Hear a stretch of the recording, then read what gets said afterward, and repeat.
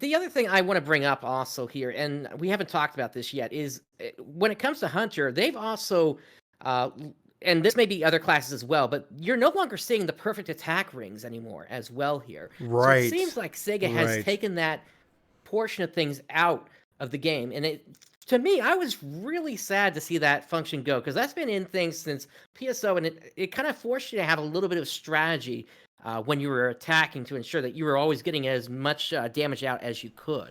Well, now they seem to kind of replace that perfect attack system with essentially kind of like a 5 hit build where that fifth hit is essentially where you're kind of bringing like a vast majority of your damage that you can still even weave in various other techniques and photon arts, which I thought was really brilliant. I thought it led to a lot more fluid combat. I thought the combat definitely looks a lot more fluid, but it does, you're right, 100%. It does kind of take what we've had in Fantasy Star Online, Fantasy PSU, and PSO2, in which that we had that kind of almost very rhythmic. It was, like you want to hit that beat. And then each weapon kind of had a kind of a rhythm or a beat to it so that you could maximize out your deeps as a part of that. In this case, it does feel a little bit more fluid. And the only real thing that we would have to go off of is actually hands-on experience. Like there's no way to like sit here and say from a video how the combat looks. And here's him, the hunter, essentially doing that 5 hit combo in which that you build up to it, and the last one has that big damaging hit. And then they also have brought in, we've had weak points before, but they've brought in the fact with elemental resistance and weaknesses, the stagger mechanic. So I do feel like there is a trade off that maybe we're getting overall, but we're gonna have to wait and see. What do you think, Sora, about all that? Uh, I I'm gonna definitely miss the perfect attack thing because you have more of a chance of hitting that than you do that fifth attack. You know what I mean? Uh, Enemies aren't just gonna stand there and let you hit them. Oh, They're gonna try to dodge out of the thank for that, way because or if they did just stand there, then it's like this game is completely boring. right. But if you're trying to get that fifth hit for that extra damage that your perfect attack would normally do, it's not there. Mm-hmm. You know, it, the time that you're going to get that fifth hit is if you're standing like underneath a boss and you're just going to ham on that attack button. Well, what they did show off is that like it builds up to that, and the fact that you can weave and move, it doesn't feel like it's so punishing. But we'll have to wait and see. Maybe it is. Maybe it's that you have to balance that. Like, hey guys, I'm going in. Hmm. Please keep me alive. They showed off an interesting healing system in which you gather healing materials. It didn't feel item driven. I didn't see mono mates, but they have the like little resta Hmm. flowers. Like, what would you call them, Prince? I think they were Restimates, is what they're called. And actually, we didn't see it in the videos, but if you look on the right side, there's an icon on the 0 key there that looks just like a moon atomizer. Mm-hmm. True. Yeah. Very true. It I was don't just know. something interesting. I don't know how I feel about that because I do love economies. Well, So it's like those little yellow or those little green flowers that they're running around collecting and everything. I think they said that you can build those up. Like you can collect a few of them and then use them when needed. So it's not like you're spending your Meseta to go and get a bunch of monomates, Mm, dimates, or whatever. You can yeah. collect however many of these things that you need and then use them as needed. And then they're just laying out in the world. Right. Now, the yep. right Pichu, which actually recently just followed, thank you so much for that follow. I do want NGS to have better weapon loadout customization, just how older games had it, so that so long as you have the stats that you can use said weapon, so it's not tied to any specific level. What do you think, Soro? Would you like to see that system? I felt like PSO2 had I felt it was more tied to stats than level, but maybe I'm missing something. What do you guys think about and I'm sorry if I'm butchering the name. The Raipichu?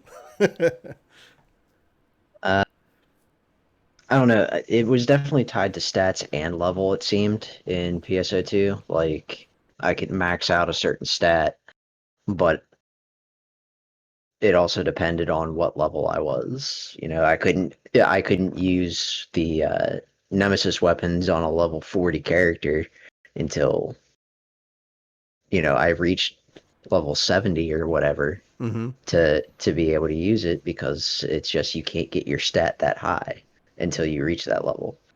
Um, so I could see them, okay, I'm gonna max this stat out just so I can use the best weapon I can, What but about it's still gonna be tied to level because you can only max so far. what about having weapons tied to the class and having that restriction removed? So letting Force basically wield a sword if they wanted. Well, I don't know. What about you, I Prince? I mean that's basically how we have it currently in PSO2 through the use of the all class weapons. Um, you're never going to get the strongest weapon possible, but you can at least still do some decent damage. Like even to this day, I carry a lightning espada no matter what class I'm playing, just because I'm so familiar with sword and how to do blaze parries that I'm just stronger using that weapon than going over to a force rod and casting techniques, even if I am playing force just for the purpose of getting it leveled up and such. And I'm sorry about butchering the name, Majuga. Um, we don't know. We don't know if they're removing class restrictions. Just the Raipichu was asking kind of if we wanted to see that aspect removed from the game. I think that's I don't know. I I kind go of back and forth. Go ahead, Sora. say I kind of miss, instead of, like, I don't mind the 13-star system that they have, or the 15-star system for your weapons to, say how good or bad your weapon is, or your weapon level is. Mm-hmm. I kind of miss the A through S, or S through D, or whatever, the lettering weapon system, where you can actually level up the weapon star rating, or its letter ranking. You can get an A rank weapon and then upgrade it to an S. Yeah, it'll be interesting to see what they as a part of that kind of gear chase, because we know that some of the stuff carries over. We talked about at the beginning of the show how there's the potential for kind of a back and forth, the transitioning between the two games. They haven't shown off the previous, the old school, what we're calling old school now, PSO2, with the new engine and how that's all going to kind of be impacted. For me, I'm going to say honestly, the thing that gave me the most hope is when they showed off the lobby and the seamless transition out into the field. I thought that was, Hmm. and it's so silly because it's like, okay, like, yeah, but it just felt so much more connected to the world. And I can't wait to see what other environments they decide to introduce with that, right? Because here we are in the lobby, and there's the open world planet. Is this just one planet? Are we going to multiple planets? Is there going, like, what's that kind of plan look like with especially the lobby and the traveling system? For me, we said this like even way back several episodes ago.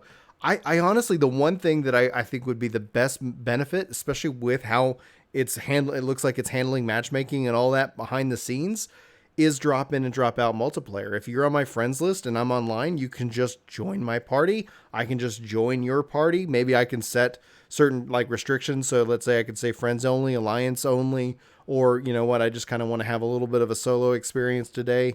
So that way, because usually when I talk about that, sometimes I get people who are like, oh, but today I don't want to play with people, and what if my friends join me? It's like having full control over how the internet sees you and your experience. But when I look at this and how Destiny is so influenced, and we talked about this on a podcast, like Destiny is basically Fantasy Star PSO. It's so funny that it's it's beautiful in a way. I find the Just humor no in it. cake shops. Just no cake Just no shops, cake exactly. shops. But with PSO2 and how like Destiny has taken upon that and it's improved upon it, one of the greatest things is I could just be playing Destiny. Hey, Sora's online. Boom! Now we're grouped together and we're going and running content. Whether we're deciding to talk or not just depends on if my kids are screaming up a storm. I don't want to subject my friends to that. So it's like, hey, I'm here, you know. And like that's one of the beautiful things about PSO's kind of chat system, in which you can kind of have pre-built messages. That's something that even the original game, and it's so ironic or sometimes infuriating that here we are in 2020, and some games still have yet to learn some of these basic lessons. But I would say that drop in, drop out multiplayer, at least that's what I'm starting to get a feel for when it shows him running up to his friends.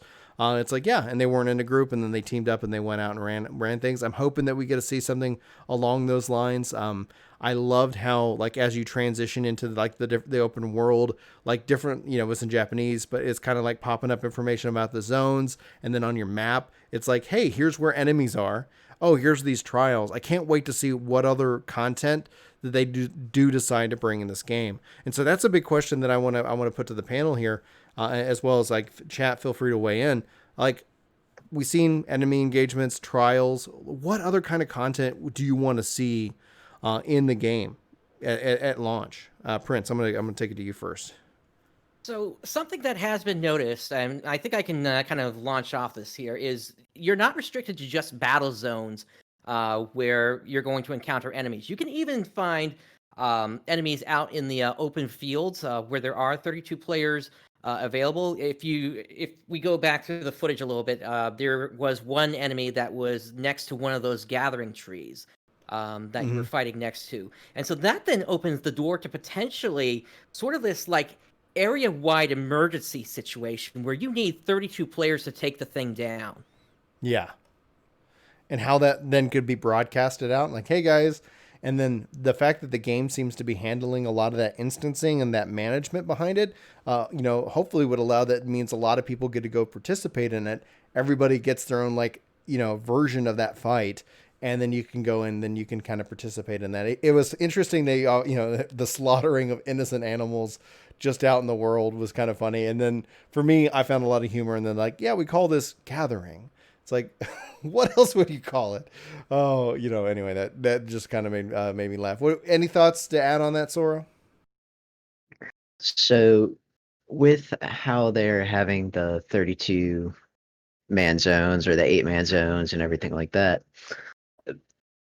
with an open world like this, I think they need more than just, hey, there's this mob over here, or hey, there's this, NM over here. You know, uh, I would want them to put in some kind of dungeon-like content. Be like, hey, Yeah, you're exploring this world, exactly. right? You come across an entrance. Okay, well, what the hell is this? You walk in, and it just becomes, and it opens up into this huge dungeon that you can take your friends into. You're walking around one day by yourself, and then all of a sudden, hey, what's this thing? Oh crap, I need like another 5 people in here with me so we can take out the boss of this dungeon. And it's just one of those you come across it things, not a story driven thing like Final Fantasy is, where, hey, go through the story, here's this dungeon. It's more of a, well, let's go exploring and see what we can find and Hmm. come across it. It's more of an adventure kind of thing. I think that would be really